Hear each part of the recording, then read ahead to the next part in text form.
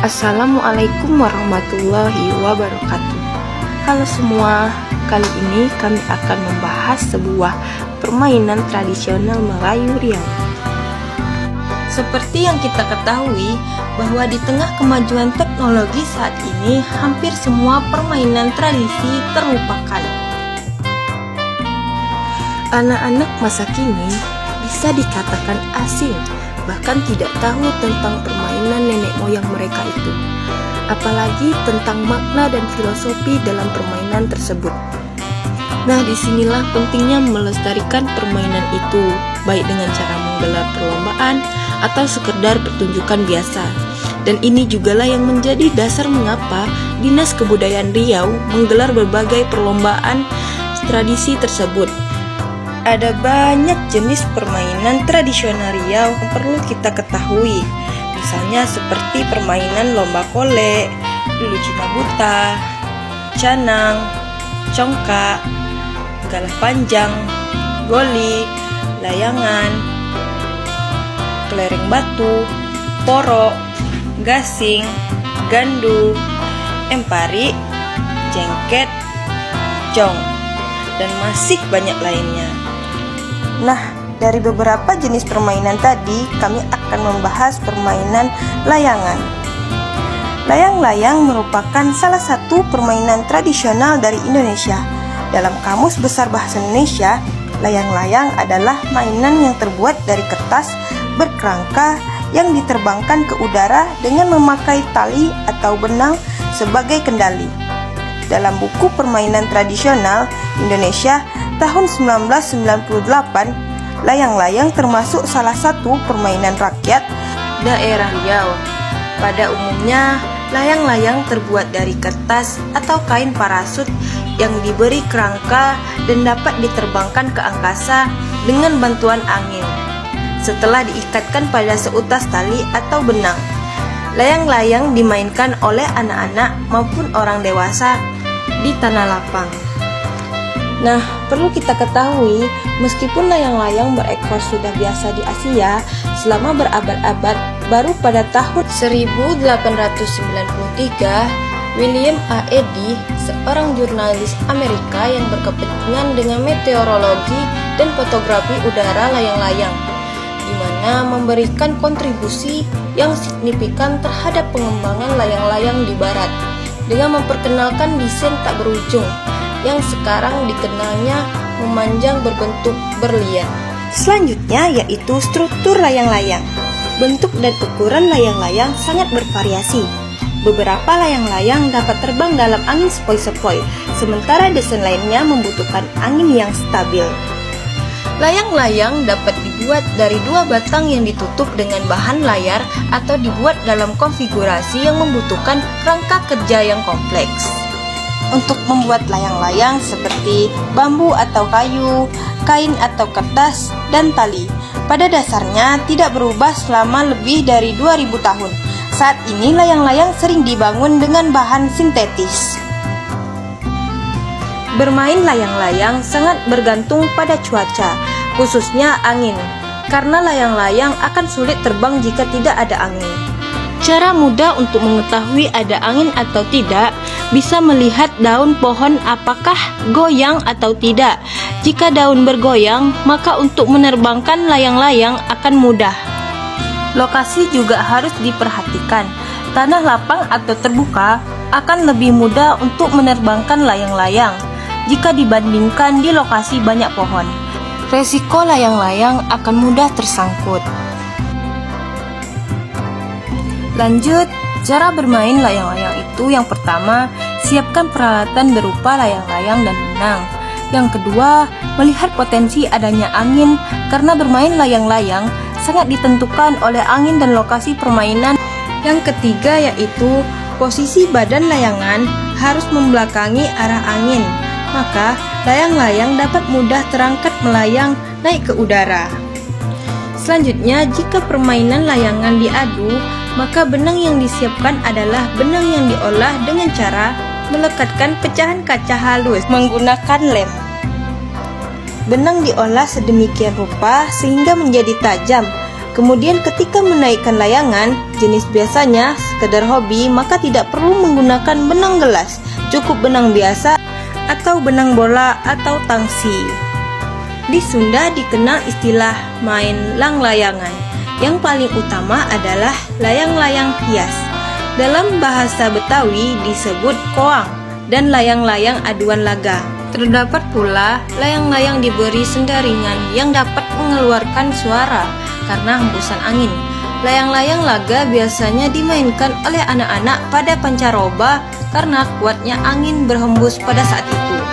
Di beberapa daerah, layang-layang dimainkan sebagai bagian dari ritual tertentu, biasanya terkait dengan proses budidaya pertanian. Layang-layang paling sederhana terbuat dari helai daun yang diberikan kerangka dari bambu, kemudian dierat dengan serat rotan. Layang-layang semacam ini masih dapat dijumpai di Sulawesi. Diduga beberapa bentuk layang-layang tradisional asal Bali berkembang dari layang-layang daun karena bentuk ovalnya yang menyerupai daun.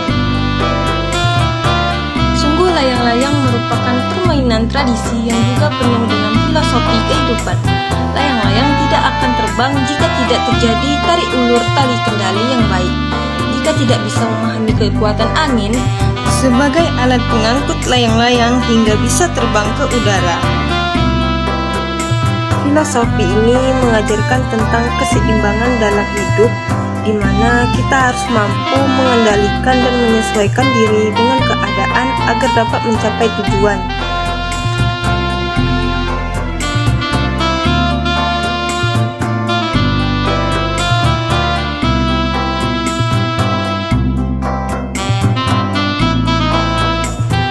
Layang-layang yang terbang tinggi sering dianggap sebagai simbol kebebasan, keberanian, dan kemandirian serta mengajarkan nilai kesabaran dan ketahanan dalam menghadapi tantangan hidup. Selain itu, permainan layang-layang juga memiliki makna yang penting dalam budaya Melayu.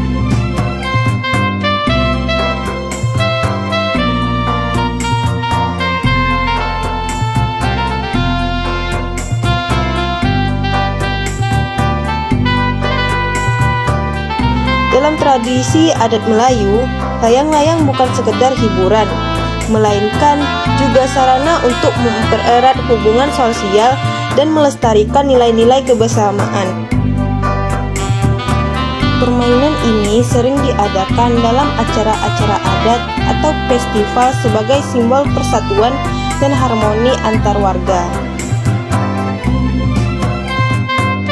Layang-layang dalam budaya Melayu juga melambangkan harapan dan doa agar kehidupan berjalan lancar dan penuh keberuntungan.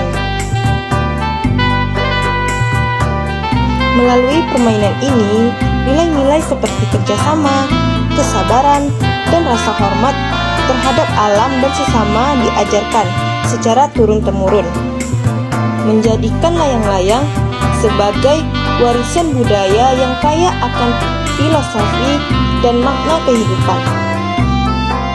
Di sisi lain, layang-layang juga menjadi media pembelajaran bagi anak-anak untuk memahami konsep fisika sederhana seperti angin, gaya tarik, dan gravitasi secara praktis dan menyenangkan. Dengan demikian, layang-layang tidak hanya berfungsi sebagai permainan tradisional yang penuh makna, tetapi juga sebagai alat edukasi yang efektif dalam mengenalkan ilmu pengetahuan sejak dini. Selain itu, melalui permainan layang-layang, anak-anak diajak untuk mengasah keterampilan motorik halus dan koordinasi mata tangan yang sangat penting dalam perkembangan fisik mereka. Aktivitas ini juga melatih kesabaran dan ketekunan karena mengendalikan layang-layang membutuhkan latihan dan pengulangan agar dapat terbang dengan stabil.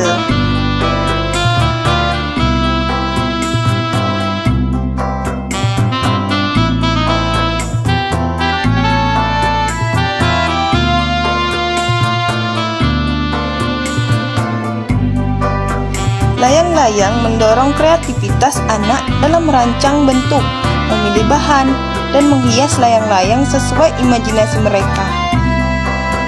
Proses ini tidak hanya menyenangkan, tetapi juga mensimulasikan kemampuan berpikir kritis, dan pemecahan masalah.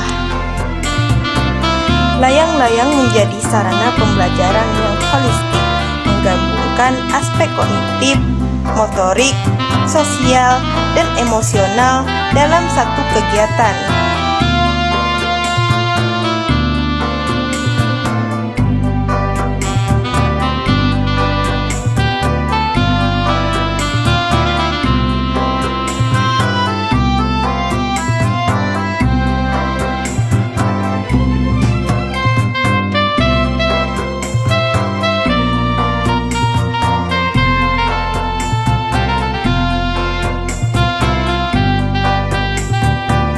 Selain manfaat tersebut, permainan layang-layang juga menjadi media yang efektif untuk mempererat tali persaudaraan dan kebersamaan antar anggota komunitas.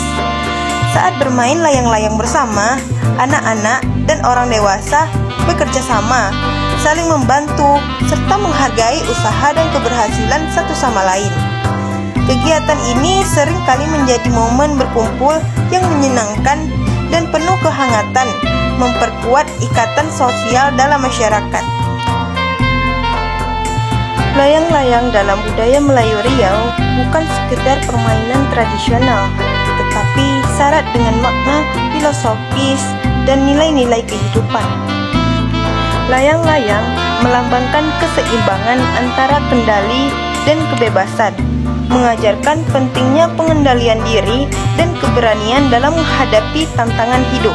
Layang-layang tradisional Melayu Riau mencerminkan kekayaan kearifan lokal yang menghubungkan manusia dengan alam, sosial, dan spiritual, sekaligus menjadi simbol harapan dan doa.